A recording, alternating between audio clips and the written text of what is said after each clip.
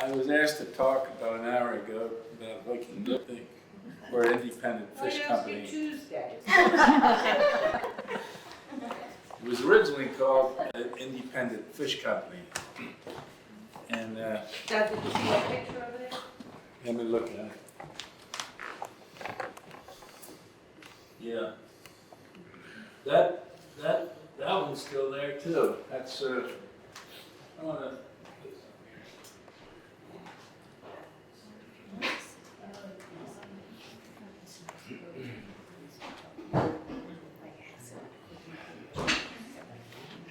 The original name of it here. And when I was this young fella, we had to make these boxes. And they came in bundles. This was in one bundle, this was in one bundle, and this was all in one bundle in wires. And the kids in town got a nickel a piece to build them. We had a hammer and nails and a little jig that we set them up in, and we could make about 100 a day. And we'd go collect for it at the end of the day and get $5, which was a lot of money for us little kids, you know. And they were beautiful. The wood just looked like it was furniture wood, and it was all precise. You put them all together, and you had all the nails in front of you. And I worked for Dick Myers one time, and he put this part together in the sides, and I'd go down and put the bottoms on, and he'd give me a penny. So I made $1. Yeah, he was a cheapskate. Dad, Oh, you better not say. I mean, it wasn't, what, maybe 20, 25 years ago they stopped using them, right? No, we used boxes. We didn't make them anymore. The boxes were made somewhere, and they went to the market, and the truck brought them back, and they were all beat up, but we repaired them, and then now we're in wax boxes. I'm going to talk about Viking Village a little bit. That's fish packed in ice. Yeah, we had to grind the ice by hand. I mean, we had to, cut it up in little pieces and throw it up in the grinder. And little kids were doing this, and the grinder, it was a point something. How long ago are you talking when you used to do this? The ballpark. That was in the 30s and 40s. We stopped making these boxes about, I'm going to say 50s or late 40s. And you couldn't make that thing today, and it'd be too expensive. But a nickel a piece to build them, and I don't know what it cost, but we had the building full of those things. We'd stack them just like we do today with the wax boxes. Now the wax boxes are made with a staple machine. But I was born in 1933, so probably my knowledge of the dock started when I was about 4 years old. And then when I was 5, my father was babysitting me. Oh. And Gent, there he is right there. This guy asked me his name was Jens Jensen, he asked me if He was a Dane. he was a Dane. He asked me if I could, I wanted to go out with him. I was 5. My father was babysitting me. I ran down the other end of the dock and, Daddy, can I go out with Jens? No. Went back to see Jens. Yeah, I can go. They can know for an answer. But, Did they have the police out looking for you? oh, I don't know. I know when I go home, I gotta walk him, Yeah, my mother just had my little brother, so my father was taking care of me. Anyway, then when we got a little older, of course in the wintertime here, this was a big codfish producer. The dock was full of the next generation of skiffs there. They were a little bigger, and they could go out here 3 miles and catch 1,500, 2,000 pounds of cod. And they had to bait the tubs up every day. They had to put bait on them. And when we got home from high school, we'd run down to the dock. We'd get there at 4 o'clock. We had to open the clams. And then we would bait 3 tubs that night. I had different partners, but I did it for about 5 or 6 years. And I'd get there at 4, and I'd pin my homework up on the wall, memorized by French, you know. And I'd get done about midnight, and I would get paid $3 a piece. Now that was in the 40s, and a carpenter was only making $8 an hour, and I was making $9 for the. A day. They made $8 a day, $1 an hour, and gradually the dock went downhill in production in the 50s and 60s. There wasn't any production. Nobody was doing anything. There was a few boats they would tie up there for, you know, maybe charters or something. And then the tilefish came along in '69, and we were packing out at Myers Dock down here. And when June came around, they threw us out. So we had to find a place to pack out. Well, to make a long story short, we ended up buying Viking Village in '75 and gradually start fixing it up. And we were the tilefish capital of the world. We were bringing in 1 million pounds a year here in Barnegat Light. Yeah, but you tell them that that's what you named it. It was, what was it called before that? Oh, no, it was Independent Fish Company. And then, Independent Dock, then it became Dick Day's Dock. no, what happened is Erling Hem came in, who was from Norway, and he changed the name to Viking Village. And he kept the dock for a few years, but they didn't do much. They had clammers in there, and they sat there telling stories on old couches they picked off the road. And no work was done, no money was being made, you know. And then all of a sudden the investor came in, and he kind of in a short while bought these 2 guys out who were just starving to death. They were mortgaging their house to make the payments. And they only paid $60,000 for the whole dock, the whole block. Dick Day got it and kept it till '75, and his son was going to take it over, but he didn't. And we went over and made him an offer, and he rubbed his hands. Boy, I got a couple of live ones here. You got to have $40,000 down. Well, we managed to scrape it up. We went out and we signed the mortgage, you know, and got a little money, and gave him $40,000 down, and we still owed him $300,000. And it was a 10-year mortgage. And at the end of 10 years, he said he couldn't believe we did it. But Lou and I, it was Lou Puskas and I, and I remember going out here one night in February. It was blowing hard. Louis says, "We got to turn around, it's too rough." And I said, "I don't think so." It says, "The bank's not going to say can't pay because it's windy." Anyway, we started to really do good after a while, and I built a new boat. Well, first of all, Louis and I each bought a boat, or we each had a boat, and then we bought another boat. And the 3 boats were producing a lot of product, and we were starting to make a profit.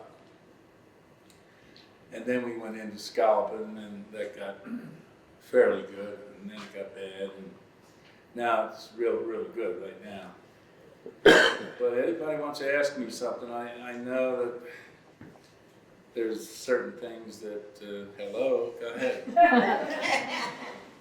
When was Independent Dock first started? I really don't know, but I'm going to say early 20s. I could look it up. I never. And who started it? Was it a co-op? There was 23 members. There was like a co-op, and they all had to throw in like $300 or do $300 worth of work. And they had a little barge that they built, and with a motor and a propeller, and they tied it and, you know, washed the sand away so they could get the boats to the dock, you know, early dredging, you know. And there was 23 members, but they gradually dropped out. Some got lost at sea, some went to the bar, and, you know, they didn't pay attention to business, and they gradually dropped out till there was only 7 left. And my father was one of those 7. I could name them all. You may know some of them: Peter Nordstrom, Otto Olson, David Hansen, Johnny Engelson, Axel Jacobson, Jens Jensen, and my father. And Axel Jacobson, his wife is Ethel Jacobson, and they named the school after her. And she lived at the dock in a houseboat when they first got married. She was my Sunday school teacher too. Janet's father was a dock master for a while. I still remember him. That was probably early 40s, wasn't it? Late 30s, yeah. Yeah. Late 30s and 40s. You were just a little tot, right? Yeah, oh, yeah. Yeah. Why did they name it Independent Duck? I really don't know, but Did they want to be independent from? oh yeah, they were all at Dick Myers's dock, and he was treating them a little rough, so they went to the Archer family and bought that piece of land from Barnegat City Improvement Company, which was the company that laid out Barnegat Light. John, what's your biggest moneymaker over there in terms of fish? Is it the tuna? No, scallops. Scallops? Yeah. We do about 2.25 million pounds of scallops a year. Wow. And there's another 2.25 million pounds of tuna, sword, monkfish, croakers, and blues. Some weeks. Wow. Was there, they said that the boards, the original boards built, were from the old causeway. That's what somebody told me. No, the Barnegat Light Yacht Basin was built with the pilings that came out of the Seaside Railroad Bridge. And those pilings at our dock right now are about 135 years old, and they're still good. Which, the yacht basin or? Yeah, the yacht basin. Where do most, I know some of the fish is used locally, restaurants, etc., and the fish store, but where, the fish that gets shipped, where does most of it get shipped to? The monkfish goes to Korea. Yeah, that's frozen and put on a ship in a container. The bluefish go to the New York market, Philadelphia market, and Baltimore. That's the 3 main markets. The croakers, they'll go to New York, Philly, and Baltimore. It's a big seller in the Baltimore market. And the scallops, they go to distributors. We don't sell to restaurants, and the majority of them go to New Bedford, Massachusetts. None of them are in our local restaurants, or the distributors might be selling? Actually, there are some in our local restaurants, but if you really want to know the truth, And so, because some of the restaurants most of say the they're scallops trying to in get our, their scallops. most of the scallops on this Long Beach Island come from Norfolk, Virginia. Yeah. Because I'm they're, very disillusioned. These Tell guys are them the what best ones. restaurants did buy or do buy. Weeders Brand Beach, but they always bought our scallops. There's a lot of restaurants on And the show. Seth buys them. Oh yeah, Seth buys all our, 18th Street Cafe buys our fish. yeah, off the hook, naturally. Calabres, yeah, down at Beach Haven. Where's that at? It's an Italian restaurant down in, Beach Haven Terrace, like. Yeah. Yeah, he's at a, those guys are from Michigan. They go back to Michigan in the winter. Well, Angleside buys I don't know if he does or not, does he? Oh, Robbie, yeah, I'm not sure about Robbie, who Robbie sells to. Robbie sells to a lot of people. Robbie is the fish market, Yeah. so he also sells to some local restaurants. Yeah. The Viking Excuse me, Village. on another subject. The Lighthouse Marina, was that originally where Independent Fish Company was? The What Lighthouse was Marina there? was Dick Myers' It was stuff. Myers Dock. Oh, Myers Dock, that was the name of it?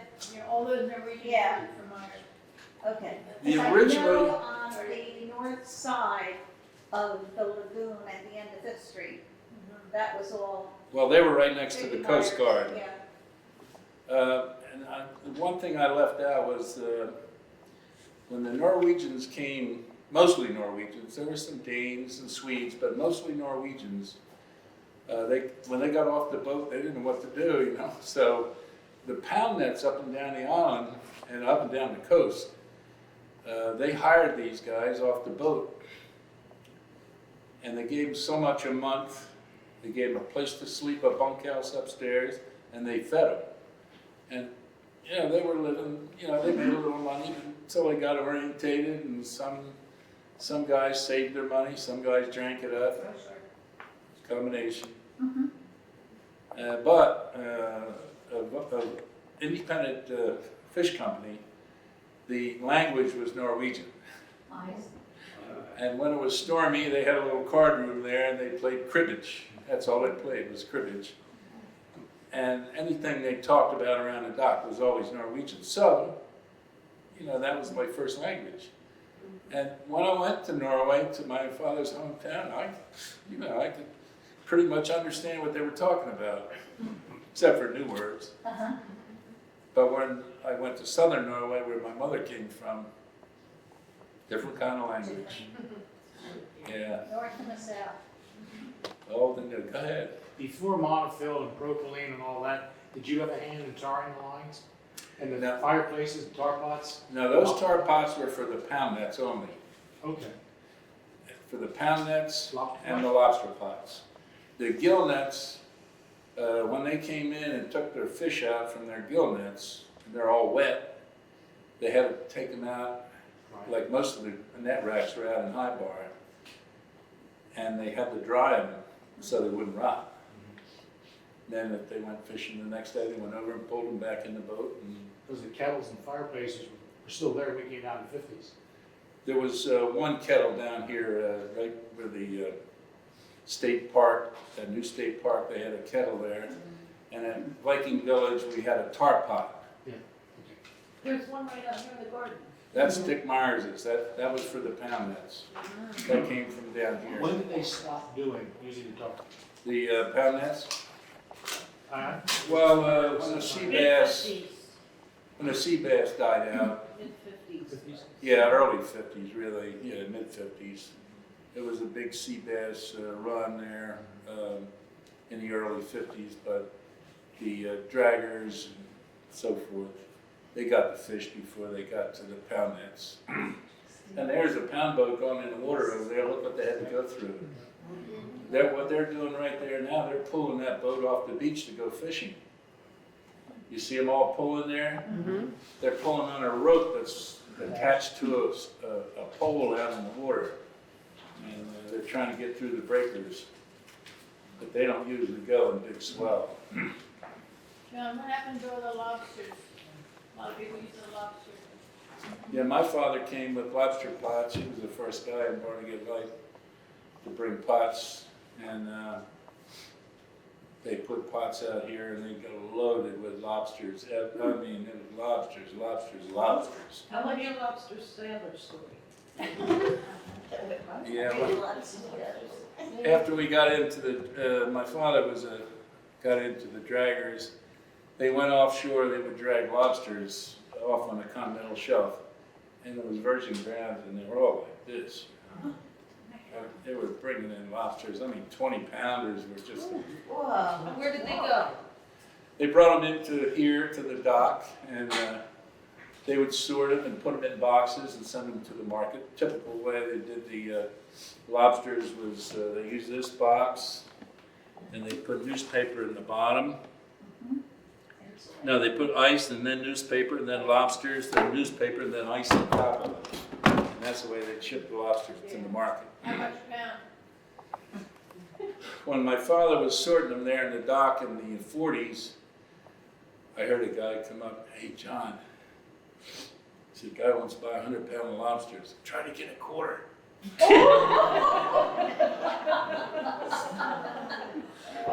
So, my mother was one of those persons that had a garden that, canned tomatoes, jars and jars of stuff. And she made her own bread too. But we had a refrigerator full of lobsters, and people after a while wouldn't eat them. And the way we ate lobsters, us kids, we take the lobster out of the shell and dip it in vinegar. That's the way we ate lobsters, cold. But my mother, she made lobster salad, which, mayonnaise, onions, and celery, and homemade bread. And she wrapped me 3 every day for school, because I was always hungry, And they were wrapped up in wax paper in those days. And when I walked in the door at school, Barnegat High School, the students used to come, "Hey, John, I want one today, So I'd sell them, And tell them what you did with the money. I got 20 cents a piece for these lobster sandwiches. And I had 60 cents, and I went down to the corner to Jake Hartman's Richmond Hotel and got a hot roast beef sandwich. For only 50 cents. Haven't had a question. Yeah, well, a couple of things actually. We talked about the lobsters. I remember, I guess when I was a teenager, there was one time they got so many lobsters that they had a big dinner at the firehouse, and everybody in town was invited. That was the years we caught them all offshore. And what ended the dinner was the guy that named Viking Village, him. The freezer went off that winter, and they went bad, and then he turned the freezer back on and froze them all rotten, and everybody headed for the hospital, and that was the end of it. Okay, I have another. Can you refresh my mind?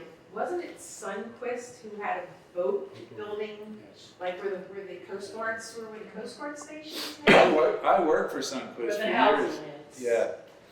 When I was, when Karen was small, Karen and Kirk, I used to say, "Let's get down to Sunquist Ranch House." Oh, I used to love it over there.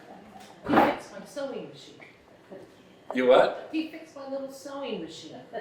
Yeah, Axel Sunquist. He was a bird. He paid me $1 an hour, but I only got paid half the time. Huh? He was a Finn? Yeah, they said he was a Swede. But Red Hellman says, "Oh no, he's a Finn." It was almost. Yeah, Red Hellman. Go ahead. No, keep going. Well, Red Hellman was. He lived in a little shack right there in the woods by the lighthouse. I mean, it was like, it was like a slum, but I mean, people lived that way in those days. Down at the dock, everybody lived in houseboats, There was no sanitary things around. It was a bucket of water with a scoop for if you wanted a drink of water, And Red Hellman had 3 daughters. And the oldest daughter was the only student with me in here. It was just 2 of us going through this school. And She she still, was here at the chair auction. for a while she was there, Yeah, she was, we asked her to stand up and say something if anybody remembers. Right. And she stood up with her cane and said. And she was tough. Oh. She used to beat me up all the time. She was tough. Well, first of all, when I started school here in 1st grade, which was right here, the next year I was still in the same grade.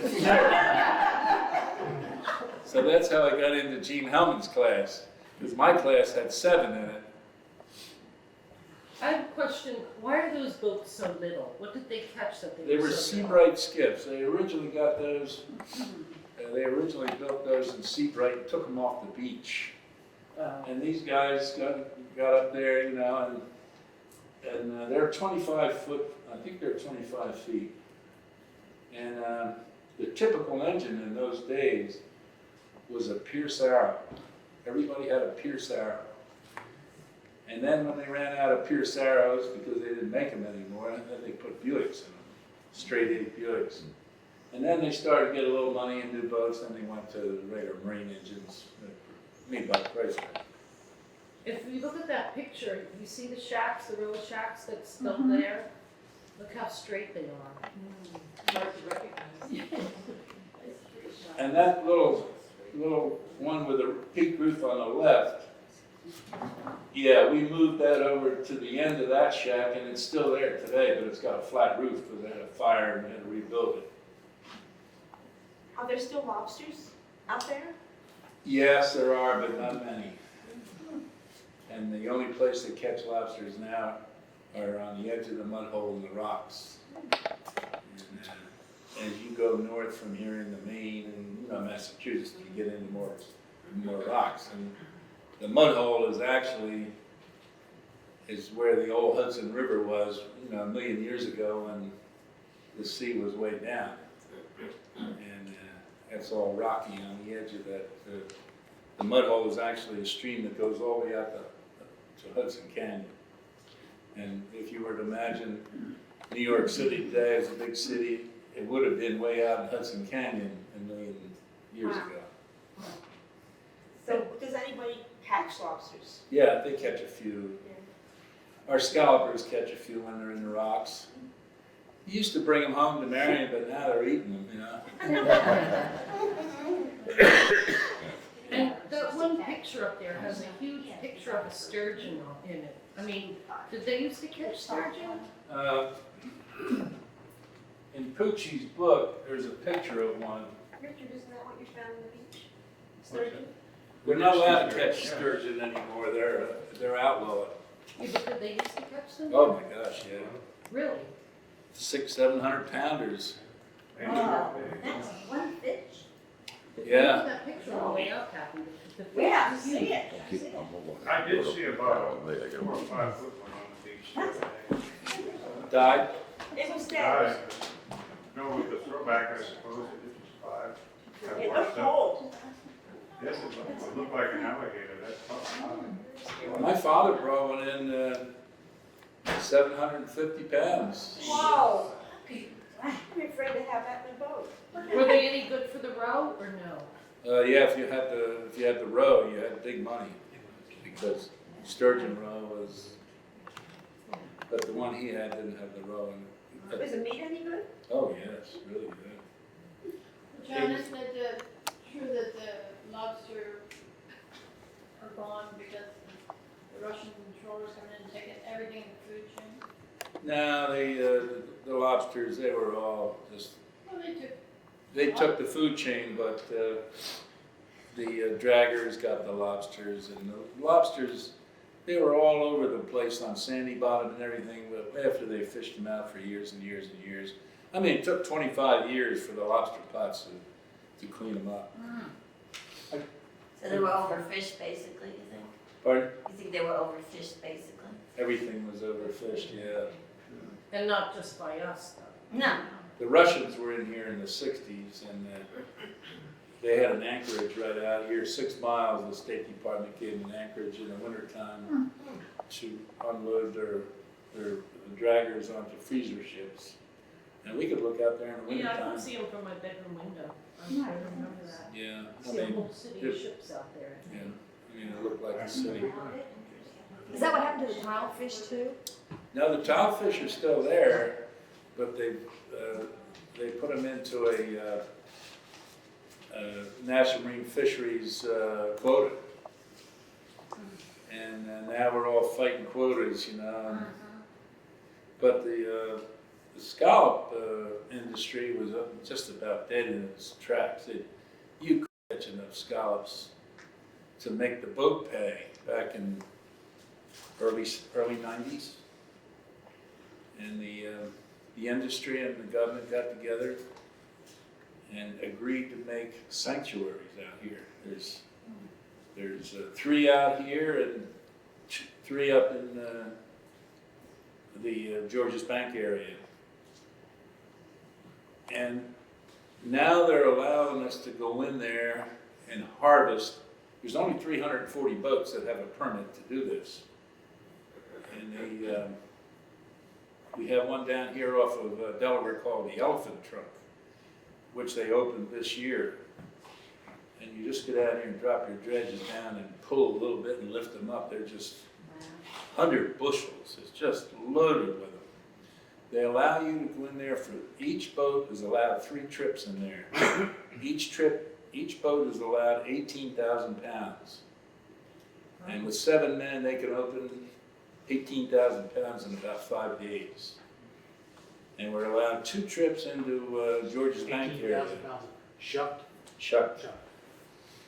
Yeah, we'll be unloading a lot this weekend. We got 3 boats coming in. 18,000 plus. One boat has more, but he's allowed to catch more because he has an observer on there. But we're in the Nantucket area right now, and the scallops are less than 7 to the pound. They had one the other day that weighed a half a pound. Wow. Huge scallops. Are they, do you think they're as tasty as that? Oh, that's a big, I mean, One night you might come home and sit dinner. they're paying $7 a pound for the boat right now. They're paying what? $7 a pound for the boat. For the big ones? Yeah, any kind. The smaller ones are paying $7.40 today. And but the big scallops, 7 men takes 3.5 days to open 18,000 pounds. They do 100 bags a day average. Each bag is 45 pounds, so they do say just almost 5,000 pounds a day. If you're around the docks on Sunday and Monday and Tuesday, you'll see a lot of scallops. And those scallops, and mainly most of them will go to New Bedford, Massachusetts, because it's just too much for us to handle local. 18,000 pounds of scallops is a lot to spread around New York, Philadelphia. And then we're not the only dock. It's Point Pleasant, Cape May. Well, doesn't New England water them down? Oh yeah, when I say processors, let me explain that. What they do is they take the scallops to the processing plant and they add a chemical to it called sodium tripolyphosphate. And they soak them overnight and it draws in about 25% water. And if you're selling scallops at, say, $10 a pound, well, 25% water is pretty good profit. Do they have to label them water? Oh yeah, you go into Sam's, you'll see it. They've got them in there, 25% water added. Sodium tripoly. It's a big thing. We're freezing scallops right now at Laking Village, what we call dry scallops. No chemicals added. But if you go into a store to buy scallops, if you're in the city or in a fish market in the city, if you can just remember to ask the fishmonger or the guy behind the counter that you want dry scallops, freeze, you know. Yeah. That's about it on the present day. Go ahead. The treated scallops, that's to extend the shelf life, is that the idea? It was heavy on me. That's what they say, but when you put 25% water in and charge $10 a pound, that's pretty good, man. More than the shelf life. I heard I wanted to say on another subject, I caught your video on the TV by accident. Oh, really? It's terrific, really good. They're doing another one down there today. Video? Yeah, a movie. Oh, A really? video movie. It's a half-hour show. It's called Viking Kids. It's little 10-year-olds, you know. When can we see that? I don't know, but he's just putting it together now. This one I saw on channel 22 at 7 o'clock on Saturday night. Right. I've had that on for about 2 months now. Oh, Enjoy. he's a star. Excuse me, John. Let's talk about your grandchildren. Comment on the artist, that portrait there? That's Zip. Classes on the dock? Remember he created classes now? Oh, yeah, sure. Great. I have a couple of his paintings. I got one. Oh, Yeah, over I there. have the watercolor only, you the oil. Okay. And I got a couple of Warners too. Yeah. And his paintings. Could you tell me again the time and the channel when you have the Viking Village show? Channel 22, 22. and that's it was on last night, and it's on tomorrow night and Sunday night, About what time? 7:30. Wednesday. Friday, and Sunday. Yeah. Diane has a question. I have a question back with the pound nets. They were parallel with the beach, No, they were, perpendicular to yeah. it. That they ran this way. No, they run straight out. So you had to catch a fish that came into the beach and went out again? Now, what happened, Or you catch it coming into the beach, that's what you see these little things straight up and down here, these Yes, on this end? yes. I don't know much about the pounds, but Dick Myers explained it all to me. He said the fish would swim down or up the beach, and they hit those lines up and down, Uh-huh. and it would scare them, and they would automatically turn offshore. And when they turned offshore, they went in that pocket there. There's a funnel in that pocket, and they go in there and they couldn't get out. And when the pound boats came out, they would dry the net up, by, pulling the net into a little, and they had scoops. They'd scoop them out and scoop. It was a lot of work. Clever. Thank you. We had someone here, Tarnow from mainland, and Yeah. he's the one that renovated this trap. And he said each pole was 60 to 80 feet long. There were 80 footers. 80 footers. They were all And 80 how footers. far offshore was the closest? They're about a mile. Oh my God. These men, do they have motors? Yes. I'm glad to hear it. What? What they did to put those poles out there, they brought those hickory poles from North Carolina. They were 80 feet long. And the truck that brought them here had to strap the trailer on one end, and then the other end was on the truck. It was like a tractor trailer, And they were huge things. And just to handle those things by hand, they didn't have any. They had a tractor to pull them, but they took two of those boats and they put like poles across and strapped them together so they made like a catamaran, but it was open in the middle. And they bring those poles out and drop them down, and they had a pump on there that would jet them down in the ground with the point first. What he said was they soaked them for 2 weeks, halfway up the pole, so that it would be Waterlocked. so that when it went out, that end would go down. But out here they had 80 footers. I know there were 80 footers. Yeah. That's what Chris Anderson told us when he was our speaker. I'll tell you, that guy was good. That was a terrific presentation he put on. He was our speaker at our annual dinner about 3 years ago. He had never done it before, and I'll tell His you, services all had, but he was very Is he interesting. still around? Maybe Oh, we can sure. do it again. Might be a good idea. Anything? Now, this fellow said in the bay they had pound nets too, but they were. it's real shallow. No. 40-foot poles. Yeah. And that's the end of my pound net question. Dick Myers at Barnegat Light had two of them. He had one off of Harvey Cedars and one off of Seaside. And he didn't have to go off the beach because he went out the inlet, which was a lot easier. But like right where the circle is now, that was I'm trying to remember the name of it. It was probably Ship Bottom, and then the next one down was Crest Fishery, and the next one down was Beach Haven Fishery. So there was 3 down there. One in Harvey Cedars, that was 4. So there was 4 on Long Beach Island.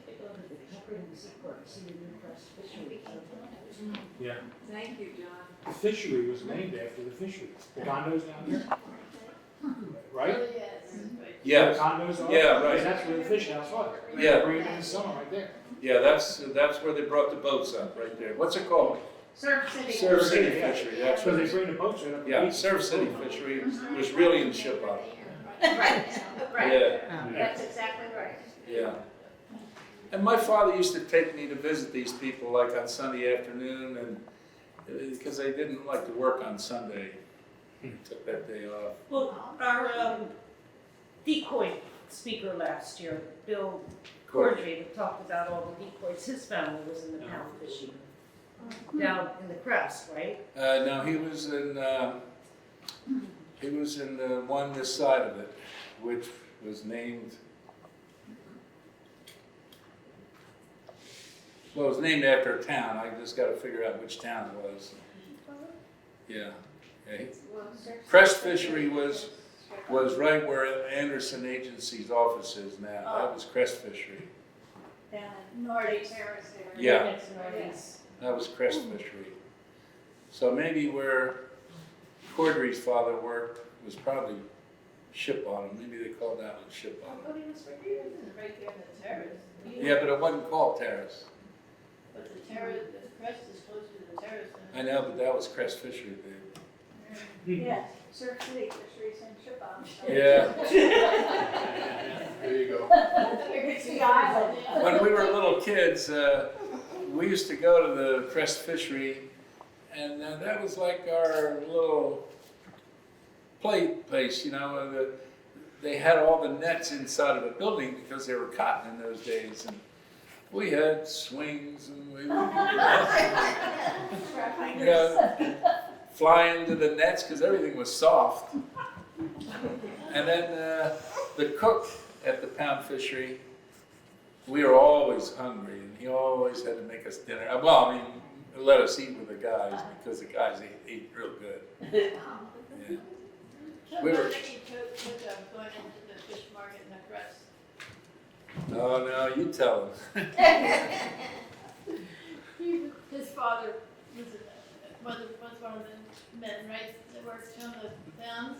No, his father didn't work in the pounds. He was a sea bass fisherman. But he was a young little wise guy kid, and back in the days, the old Norwegians that worked in there said, yeah, here's some money, go buy us a pint. Let me go buy him a pint of whiskey. Anyway, they was how the kids back then, isn't that amazing? Yeah. Times have changed. Anyway, they always had a pint. And then the Norwegian knew his wife was coming in that day, so he hid his pint under a nice fillet of flounder that was in the showcase. And his wife came, and then another lady came in and said, oh, I want that piece of flounder. No, I can't tell you that. Because his wife was right there. He couldn't expose it. Yeah, that was Tunis. So they had their pints and they nipped on them. Kept them healthy. Yeah. Kept the germs away. They lived to a ripe old age, those guys, and they always had a red face, you know. Weathered. All right. Tunis, is that forebear of Townsend's? No, it's Oh, okay. his last name was Bean. He was a Norwegian. He was one of the owners of Crest Fishery, along with the guy we talked about, Chris Anderson, his father, Charlie. And these guys all came from the sailing ship days, you know, and, you know, they were just starting to get, you know, steamships, you know. They had steamships, but still plenty of sailboats around, sailing ships. Any other questions? I think everybody wants to go home and have a cocktail.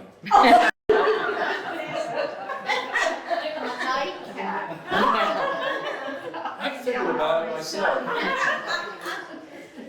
Anyway, I've been around here. I'll be 74 next month, and I've lived here all my life, and I can just remember.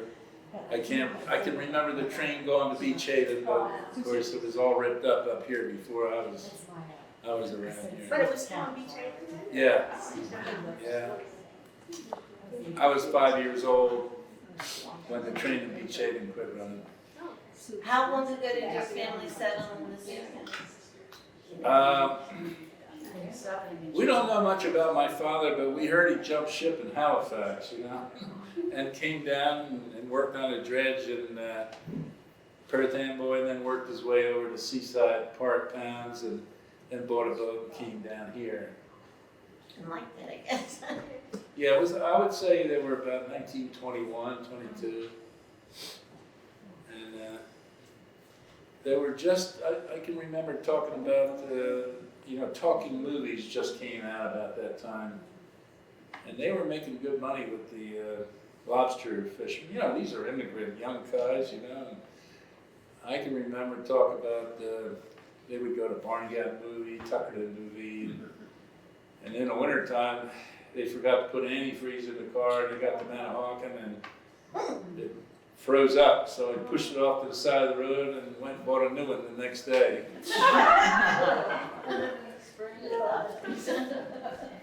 When was your father born? My dad? No, Janet's. When Was he 1900? 1894 he was born. He was 5 years older than my father. Harry Hansen. Very mature, before he had started having children, obviously. Oh, yeah, he had my two sisters before they moved here, came to the United States. Oh. He was here back and forth, then he got married and then came here. And they had 2 kids, lived across the So street. where was he from in Norway? Moss, it's just below Oslo. Moss? Moss, M-O-S-S. Below Oslo. But your father was born in the 19th century. Mm-hmm. Yeah, my father was too. Yeah. Amazing. Well, I guess why mine wasn't that far away from it, I guess, but it was. Yeah. I have 40 nieces and nephews from. 40. Wow. Wow.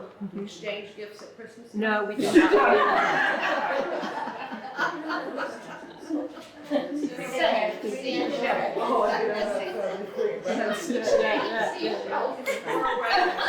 Paint scallop shells. Yeah. How many of you are there? You siblings? There were 7. It's a big family. Yeah. 5 years apart. My mother was pregnant forever.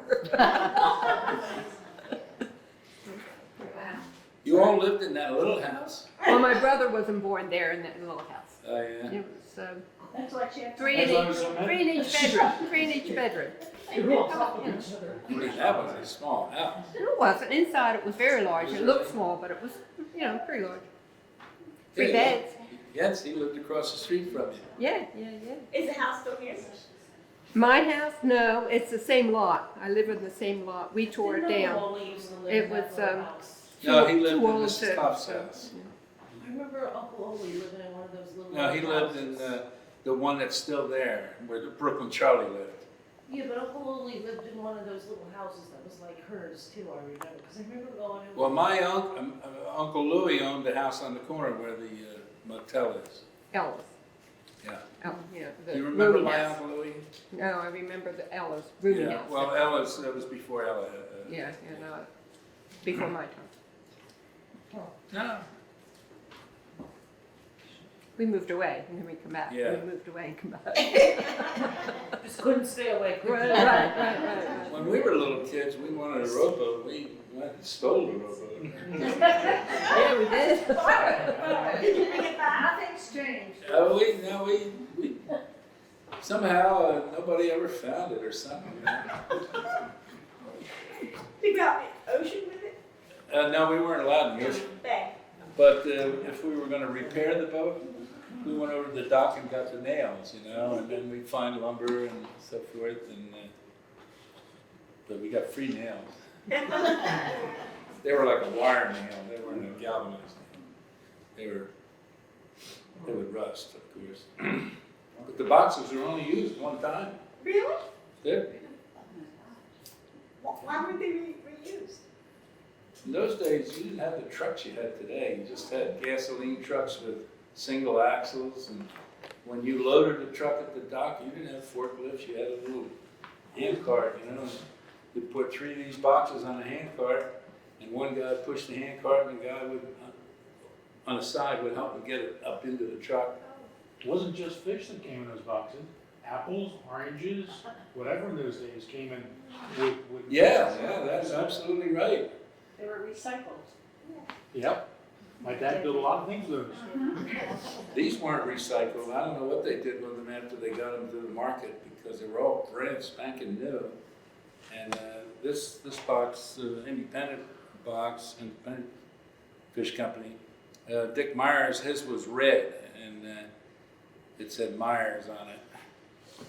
They had a red colored box. Haven't seen any of those. I have one of these at home that I made. I cut that out and made frames. But the box that I got, somebody paid $250 for it. Wow. Yeah, Well, they had to be pretty sturdy. That thing loaded with fish and knife had to weigh. 100 pounds. Had 100 pounds of fish in it. Had 2 baskets. And I still say to this day, I never had a back problem because I would take those baskets of fish, they weighed 57 pounds with a basket, and I had to walk down the dock and put 2 of those in the box like that. Then we nail a lid on, put another box on top of it, and then we put 2 baskets in that. But we had them all lined up, like, maybe 20 in a line. And it was just weigh the baskets, throw them up, and it was just like Longshoreman. Was it just fish, not ice? no, we put the ice on with a shovel. We had a cart with wheels on it. We'd keep it right near where the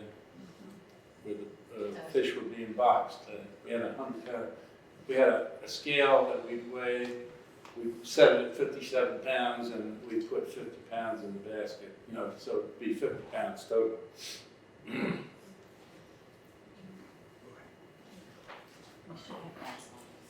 All right, well, thanks, Dad. Thank